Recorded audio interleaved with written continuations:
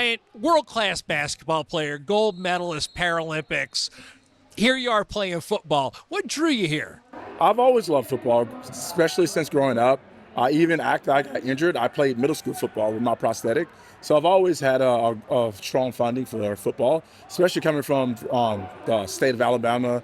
My favorite college team is the University of Alabama. So I've always loved football. I just never had a chance to play competitively because I've always, done basketball and kind of put everything into that. So me taking a year off from basketball, it allowed me to kind of dabble in some other sports. And I want to try football at least once. This morning I was watching you play, and you got to the outside with the ball, and you were motoring, man.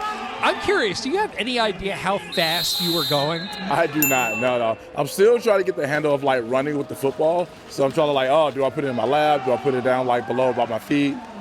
So once I actually get a good placement of the ball, I can get going. But no, I don't know how fast I'm going. I remember when I talked to you about basketball several months back, we had a picture of you playing football with your prosthetic. Yeah. And you kind of indicated to me that in a way you couldn't really get it going the way you really wanted to. Yeah. And that by jumping over into the adaptive sports world and getting active in basketball, that in many ways was more meaningful to you because it really opened the door. Yeah, no, exactly. It's spot on. I just felt like I couldn't give my 100% all because I was limited having a prosthetic. I did as much as I could, but at the time, my prosthetic, the technology wasn't the best. So every time I got hit, my leg would fall off, all that type of things. So finding adaptive sports, basketball specifically, it was just eye-opening, and I just kind of ran with it.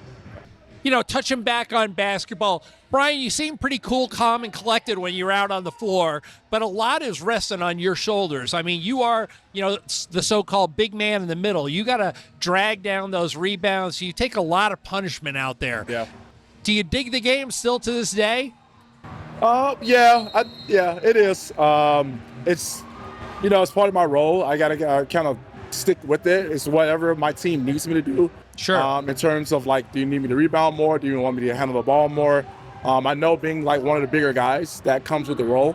And then just being able to stay up with my physical health and making sure that I'm able to kind of withstand rebounding the ball, getting hit, battered inside once you go inside, that type of things. Knowing you're going into the big game and that there's going to be a lot of isolation onto you, do you find that to be something you embrace or something you get nervous about? No, I definitely embrace it.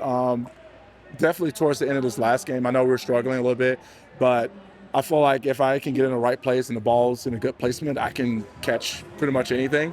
But just basically me making myself available for the quarterback to give me the ball. So that was kind of the biggest thing taken from the last game is making sure that we give him a more open target.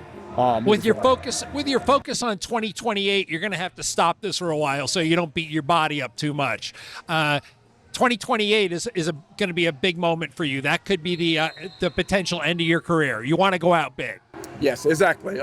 That's what I'm looking towards is 28 being my last one. So I want to give it my all, especially the same mentality as the first three, from start to finish. Me taking this year off, it gives me some time to kind of refocus, resettle, spend more time with family, and then maybe dabble in football like I'm doing right now. So then that way next year I can focus 100% the next 3 years leading up to LA. Any new players we expect to see on the team coming in? We'll see. Once I get back into the swing of things, I see what new players has been stepping up since some of our veteran guys have been gone.